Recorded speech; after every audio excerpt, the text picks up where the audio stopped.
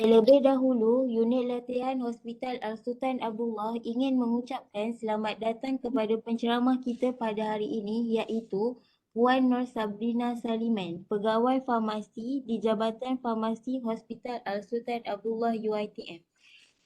Beliau akan menyampaikan taklimat mengenai ubat dan perjalanan jauh. Selamat datang juga diucapkan kepada semua staf Hospital Al-Sultan Abdullah yang sudi meluangkan masa untuk menyertai taklimat pada hari ini. Moga taklimat ini dapat memberi manfaat dan kepada semua staf HASA.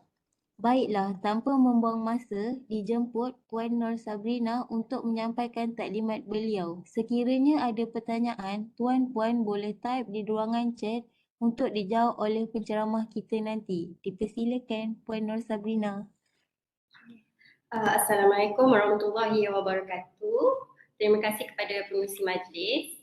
Saya Nur Sabrina binti Saliman dan saya merupakan pegawai farmasi di HASA. Jadi topik kita pada hari ini yang saya akan sampaikan ialah berkenaan dengan ubat dan perjalanan jauh.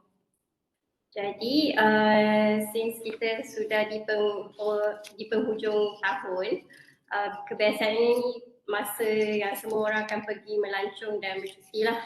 Jadi topik ni agak sesuai untuk timing sekarang ni.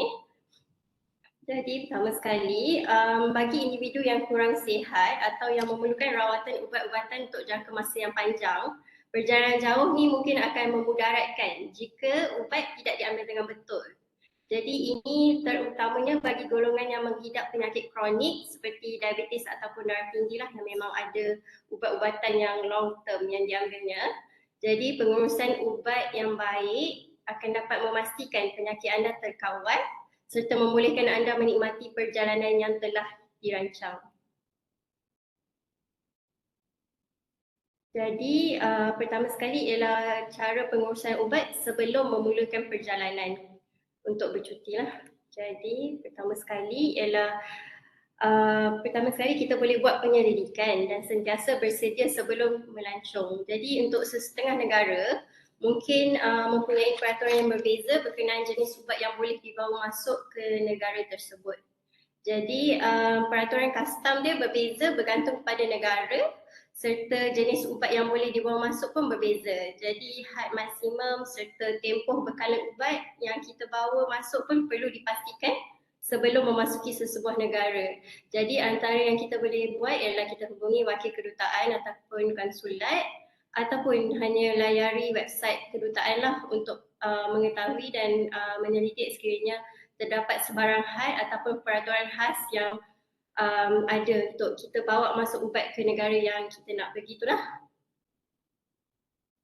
Jadi jika anda melawat ke negara-negara yang dilanda wabak seperti meningitis, malaria, influenza dan lain-lain penyakit, kita juga perlu pastikan yang kita dapatkan suntikan vaksin ataupun pencegahan yang terlebih dahulu lah.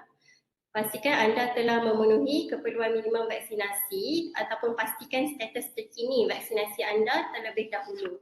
Jadi yang sebagai contohlah saya bagi ialah untuk bakal jemaah haji dan umrah memang diwajibkan untuk mengambil suntikan vaksin meningokokal dan juga digalakkan untuk mengambil suntikan vaksin pilihan iaitu vaksin influenza dan juga vaksin pneumokokal untuk pencegahan penyakit-penyakit inilah.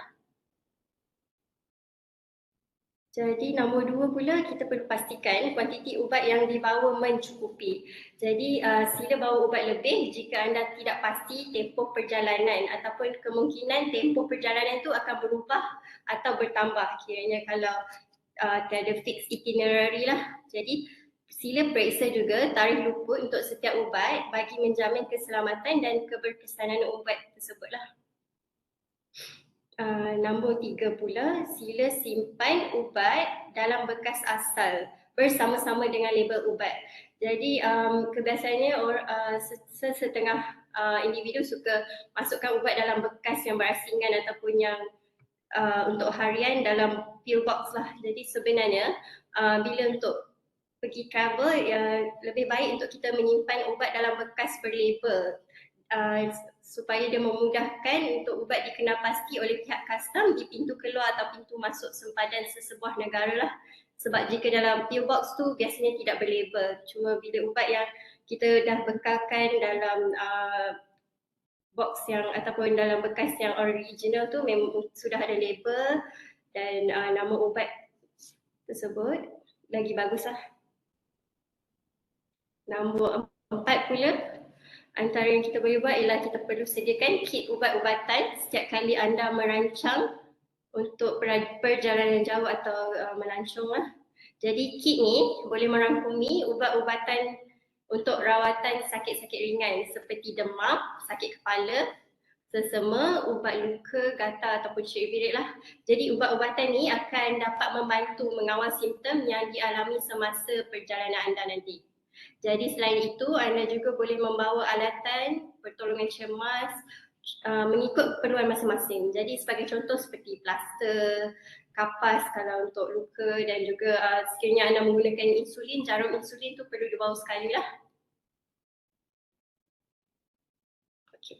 Jadi ni list antara list ubat-ubatan yang biasa yang kita boleh bawa untuk perjalanan jauh lah. Jadi sebagai contoh ubat demam, kita boleh bawa paracetamol. Ubat sesama contohnya ubat loratadine. Ubat batuk seperti sirap diphenhydramine. Ubat gatal untuk kulit seperti krim calamine lotion. Ubat tahan sakit contohnya ibuprofen ataupun Ponstan. Ubat antiseptik pula yang boleh dibawa ialah epinephrine. Ubat sembelit kita boleh bawa lactulose. Ubat gastrik ini kebiasaannya yang paling biasa dibawa lah, tablet ataupun sirap magnesium trisilicate. Dan ubat tahan muntah untuk orang yang mempunyai sickness, kalau naik flight ada sickness kan boleh makan metoclopramide. Dan juga ubat cerit-berit lah, untuk ubat cerit-berit kita boleh bawa ORS, oral rehydration salt kan. Jadi selain daripada 4 perkara tadi, antara benda yang kita perlu sediakan juga ialah dokumen-dokumen yang perlu dibawa. Sebagai contohnya laporan kesihatan, kad arahan ubat sekiranya anda perlu mendapatkan rawatan di tempat yang anda lawati tu nanti. Nombor 3 pula ialah salinan preskripsi ubat. Ini sekiranya kita perlu membeli lagi ubat tersebut atau ubat tersebut habis ataupun hilang. Dan nombor 4 ialah surat pengesahan khas doktor untuk membawa ubat-ubat yang terkawal. Okey, jadi kita dah sampai ke section seterusnya iaitu pengurusan ubat semasa dalam perjalanan lah.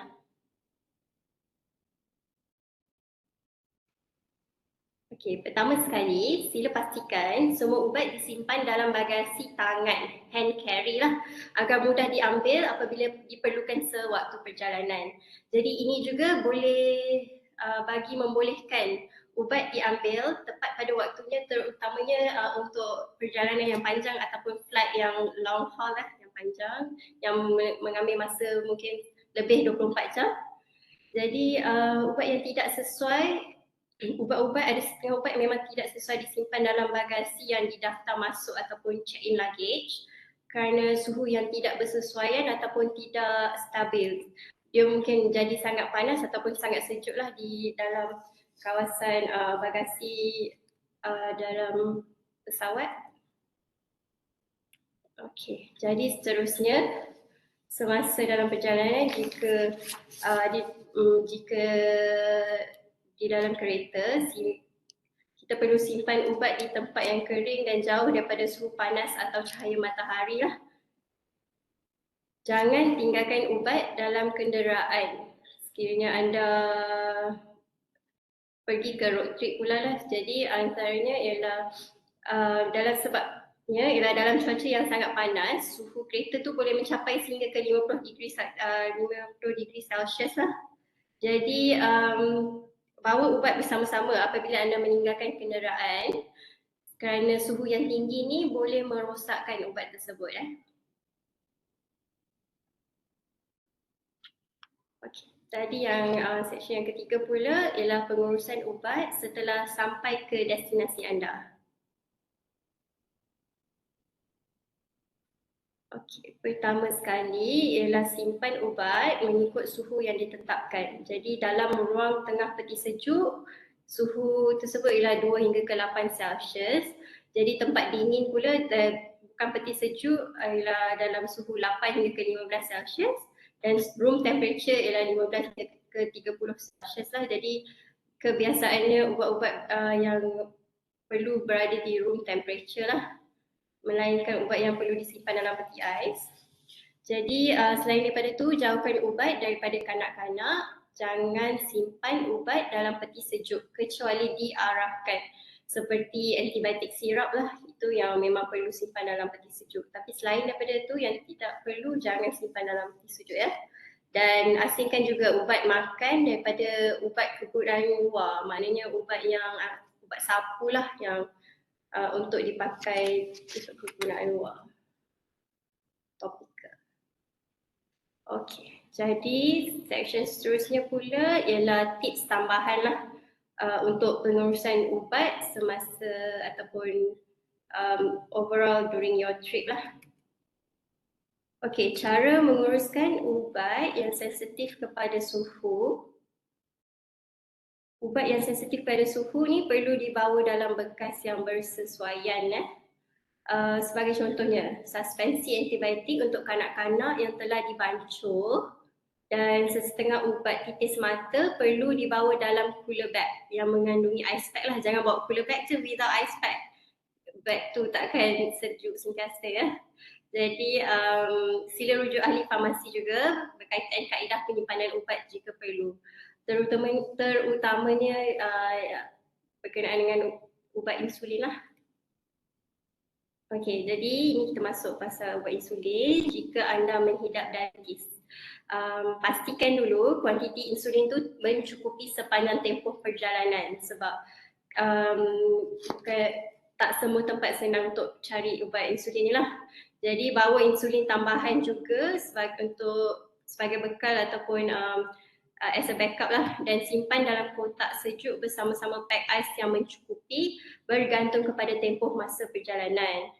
Dan bila sampai saja ke destinasi, sila simpan insulin yang tak digunakan lagi ke dalam peti sejuk lah sebaik saja tiba di destinasi. Tapi bagi insulin yang sudah digunakan di dalam pen tu, itu tak perlu letak dalam peti ais lah. Okey, jadi sekiranya anda membawa ubat-ubatan dalam bentuk cecair pula, ubat cecair ni adalah ubat seperti ubat suntikan ataupun ubat sirap lah. Jadi penerbangan ke luar negara biasanya mempunyai syarat untuk membawa bahan berbentuk cecair iaitu pada kebiasaannya hadnya tidak boleh melebihi 100 ml lah. Jadi jika anda membawa ubat melebihi had yang dibenarkan, kebiasaannya memang perlu membawa bersama-sama surat pengesahan daripada doktor dan juga preskripsi ubat lah untuk justify bila di airport ataupun di immigration. Okey, ni tips tambahan lah. Ini pula tips untuk balik kampung dengan membawa ubat-ubatan.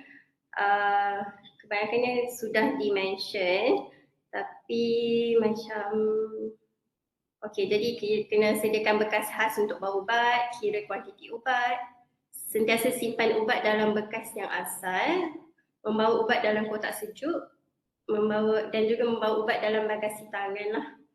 Dan jangan tinggal ubat dalam kenderaan, simpan ubat di tempat yang tinggi dan tetapkan jam jika takut terlupa mengambil ubat semasa dalam perjalanan kereta tu.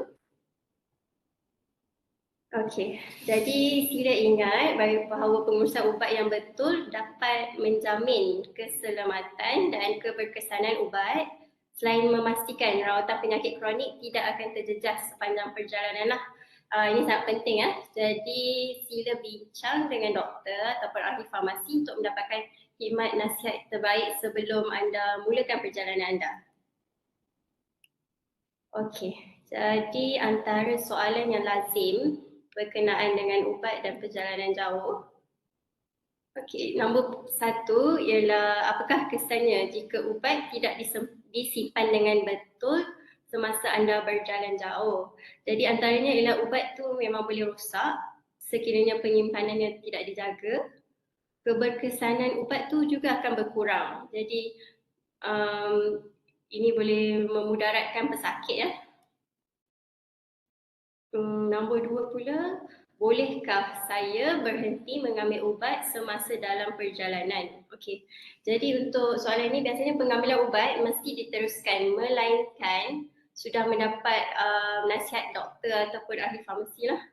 Jadi ubat perlu dimakan mengikut tempoh dan frekuensi yang telah ditetapkan. Tak boleh skip lah masa perjalanan. Jadi jika bekalan ubat anda terputus semasa melancong, silalah berjumpa dengan doktor di kawasan tersebut untuk mendapatkan rawatan susulan dan bekalan ubat sambungan lah untuk memastikan rawatan tidak terputus.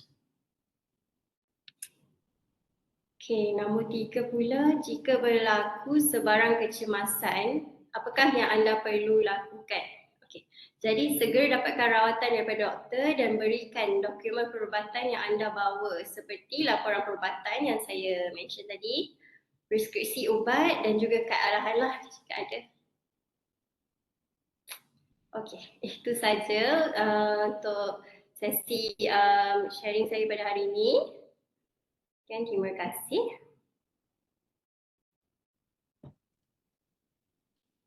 Kita tak ada soalan pun dekat chat. Tak ada soalan ke? Okey. Okey, baiklah. Okey. Ada apa-apa soalan lagi? Kalau nak tanya sekarang? Okey, tak ada. Okey, nampaknya program kita telah sampai ke penghujungnya. Pihak unit latihan ingin mengucapkan ribuan terima kasih kepada Puan Nur Sabrina di atas kesudian untuk berkongsi maklumat berkenaan ubat dan perjalanan jauh pada hari ini. Moga taklimat yang disampaikan bermanfaat kepada semua staf HASA. Dan terima kasih juga diucapkan kepada semua staf HASA yang mentaati taklimat pada hari ini. Pautan jam latihan akan diberikan di ruangan chat. Kita akhiri program kita pada hari ini dengan tasbih kifarah dan surah Al-As. Terima kasih Puan Sabrina. Terima kasih semua. Assalamualaikum. Salam. Terima kasih. Muslim Majlis.